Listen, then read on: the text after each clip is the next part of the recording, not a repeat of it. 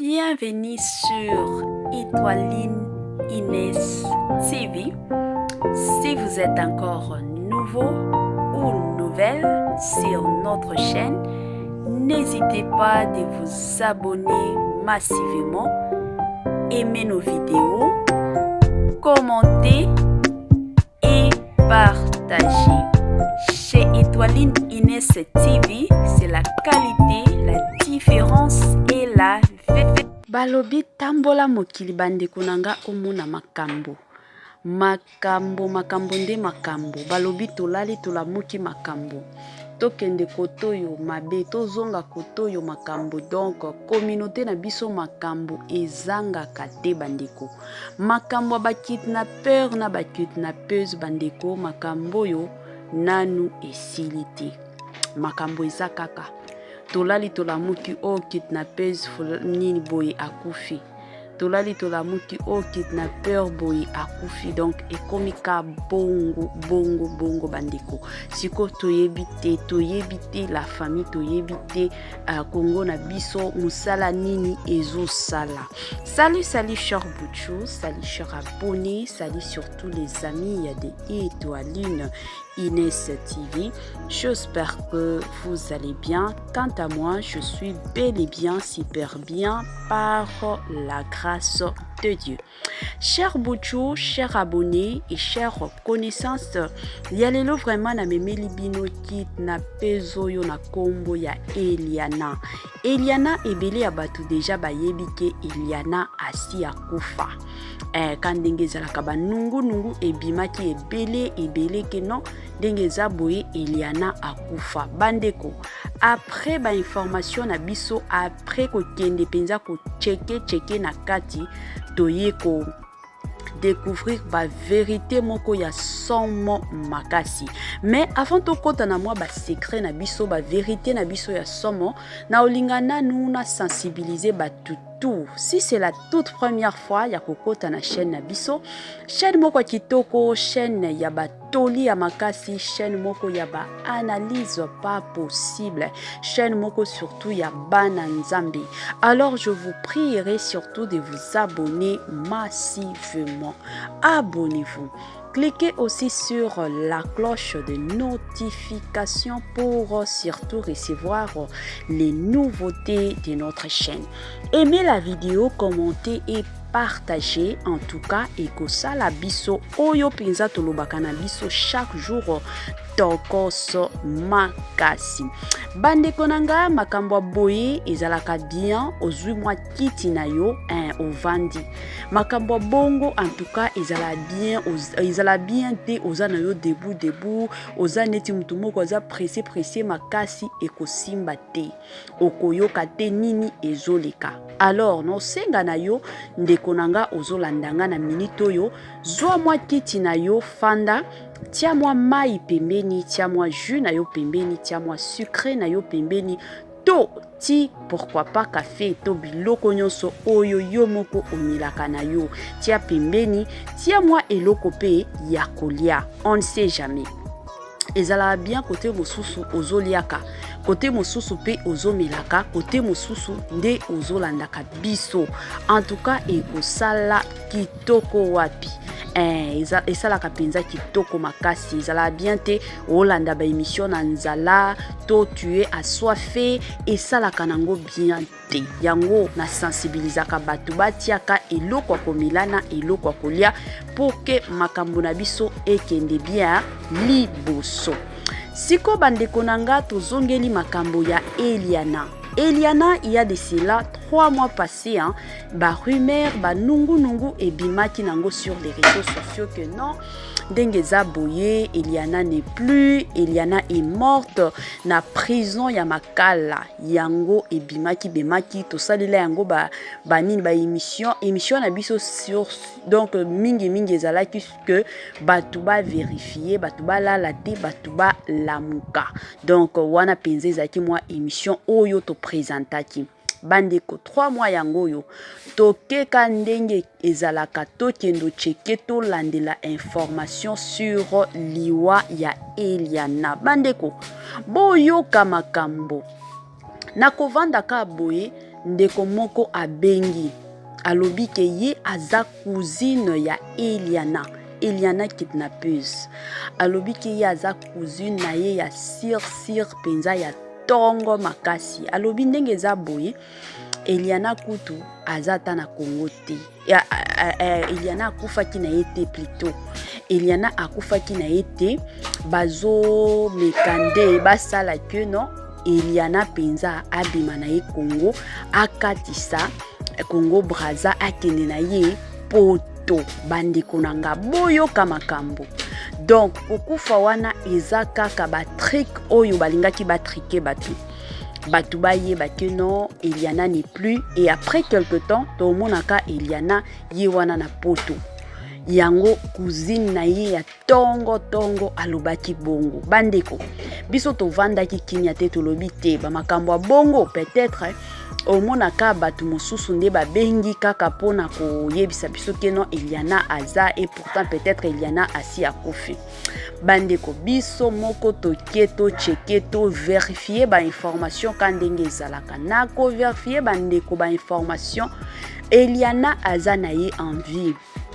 Eliana aza na ye en vie bandeko. Boyebi Congo na biso soki basi bakangi mutu siko surtout batu o bazalaka na bambongo na bango, batu o basalaka misala moko ya mabe makasi bazozwaka bambongo na banzela ya mabe bandeko nanga ya bango nyonso ezalaka kaka soki bakangi bango mona kakeno akufi o amidiembeli o ami bomi o ameli poison ezalaka bongo. Et après quelque temps bokoya ko découvrir que non la personne est encore en vie. Bokoya ko découvrir bongo soit au monaka na Congo na biso wana azongi na kin akomi ne ko retourner azongeli ba misala na ye ya kalaka ndenge bando sala. Batu mosusu ndo omona a se déplacer même malgré déplacement na ye a continuer ka coopérer. Ebele basala bongo. Sikoyo makambo nanga ya lelo na ye penza ko lamusa, surtout chers compatriotes, na ye ko lamusa communauté na biso na ba situation ya bongo balala kate. Bandeko nanga batu oyo baboma ebele ya batu bakufa à cause de ces personnes. Alors bandeko nanga to lamusa miso, parce que le loto moni monde alilo eza monde moko ebele ya batu. Donc bazo bazata na mutema te ebele ya batu. Premièrement batiena numbongo liboso, même si il s'agissait d'une personne bango bakotia na numbongo liboso botala te que non nous sommes de pèlerins sur cette terre. Na sala makambo bien pour que un jour atasuki naza te quand même kombo nanga etikala na kaye moko ya kitoko.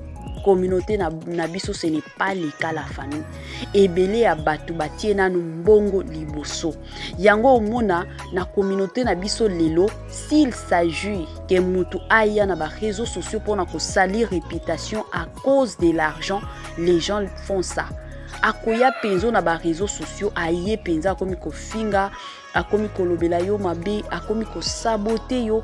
Pourquoi? Parce que la personne sait que non, à la fin du mois to tant on sala ba émission à bongo ezana mutu déjà akufutanga. Donc batu batie penza mbongo liboso koleka makambo nyonso toute la famille. Alors na sengi na bino communauté na biso to lamuka. Ba moma ya bongo balamukaka. Ba moma ya bongo eza ba moma oyo olamuki penza. Eza ba moma ya kolala pongi te. Eza ba moma oyo ya kolamuka mutu nyonso tu. Bo lamuka penza. Conscience na bino et lamuka surtout na système moko ya bien. Ou sinon bandeko nanga ekozalaka suka. Ekozalaka suka. To utaki kolanda awa o kabaka kufi. Bandeko kabaka kufi ba réseaux sociaux ba plateforme nyonso tu o kabaka kufi. Bandeko pona kokota kande tukenda ko checker ba information na biso ndo toye ko découvrir que ezalaki nango lokuta ezaka ba tricage. Ba tricage o ba sala ka chaque fois ba tricage na bango ba o sala pour que batu ba kanisa que oui c'est vrai kabaka kufi, comme ça après quelque temps ba ya kubimisa ye. Bandeko nanga tolandaki histoire ya Diego abomaki patron na ye. akundi patron na ye na ndako na lupango ya patron na ye bandeko. Ti baye kokanga Diego. Pona Diego, en tout cas, punition na ye ezalaki que non jusqu'à la mort, la peine jusqu'à la mort. Bandeko, peine de mort plutôt. Bandeko. Et après, makambo ko bima.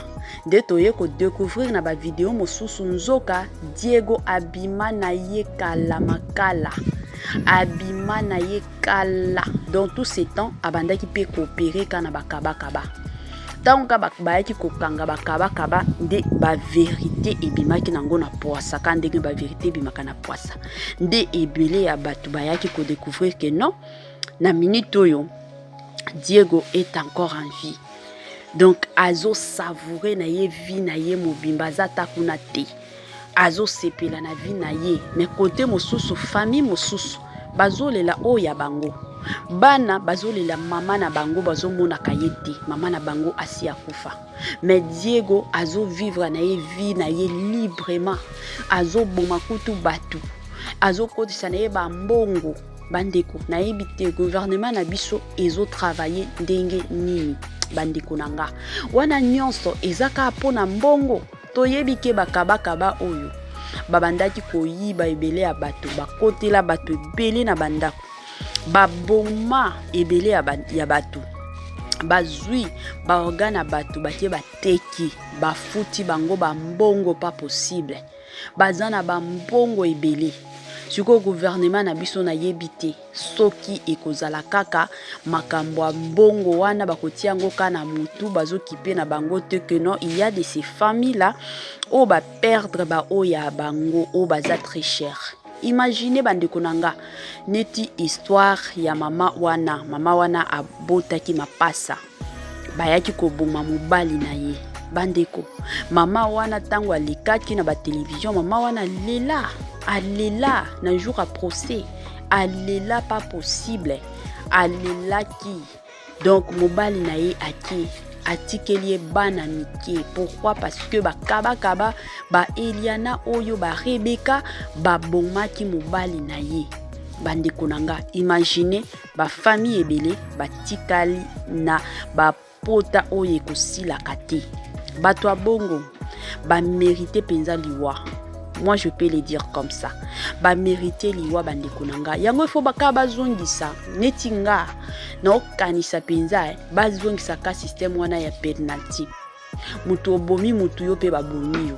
Ezalaka bongo peut-être moi changement ekozala. Tomona biloko yo na ba poto ba pays place mondele aza.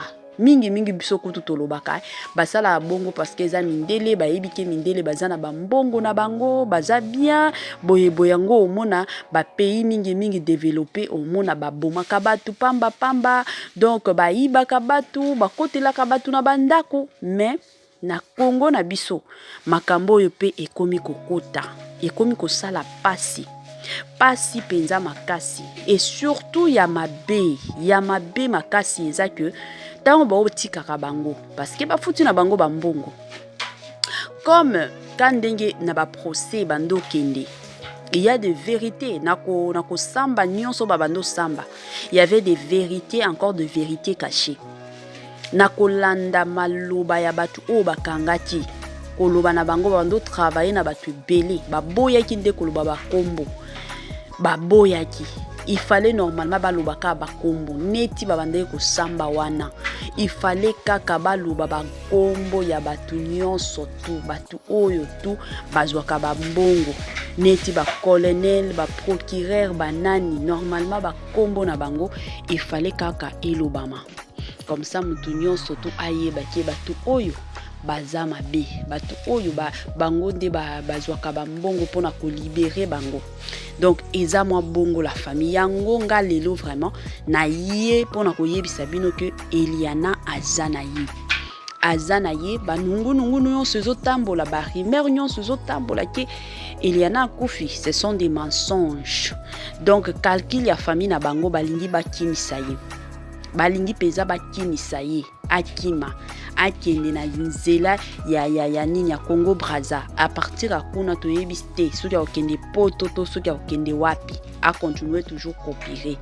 Alors bande kunanga to la te ba procès mikolo oyo ya batu oyo ya ba malfaiteur oyo bandeko ezotambola kaka tomoni bakangaki ba misusu et otambola kaka mais au moins après quelque temps bakoya ko bimisa bango lisusu ba continuer coopérer quand ndenge ba opéraka ba obomaka batu du 1er au 30 bandeko to la muka na situation oyo et eza situation moko tomona ngo keno eza nango situation facile c'est compréhensible mais eza situation facile te batu o ba boma ebele ya batu alors bandeko nanga to la muka penza na système moko ya bien to la muka to lala na biso te batu oyo ba mérité na bango ka prison ba vanda ka kuna libela si saja kokufa ba boma bango ka kuna ba zikisa bango ata ko zikisa eloba ta batu mosusu ke bango ba mekaka ko libérer bango population tout oyo nde ko s'en charger yango balobi bongo bato bongo il fallait ka population et s'en charge kana bango population penza kandenge ba boma ebele ya batu bango pe bakufa na kobetama wane kozala bien penza makasi tala basi kitoko neti Eliana oyo mwasi moko kitoko akoki kokota na ye na ndako ya libala avant di penza na ndako ya libala azobota bana na ye azokolisa bana na ye azosalela nzambe metala biloko akendaki kokota pasi pe mawa. En tout cas la famille ya muke kaka na lingaki na partager na bino na système moko ya bien bo sale la biso ba commentaire bo ti la biso ba j'aime bo sale la biso pe partage na système surtout kaka ya kitoko makasi. Cher Bouchou, cher abonné et cher connaissance tokomi na biso na suka ya makambo na biso ya lili wana na pesi bambote na ye moko Linda Bukulu ye na obosa na yeta kaka ndenge ezalaka tokomi na biso na suka la famille. En tout cas bye bye et à la prochaine. Merci.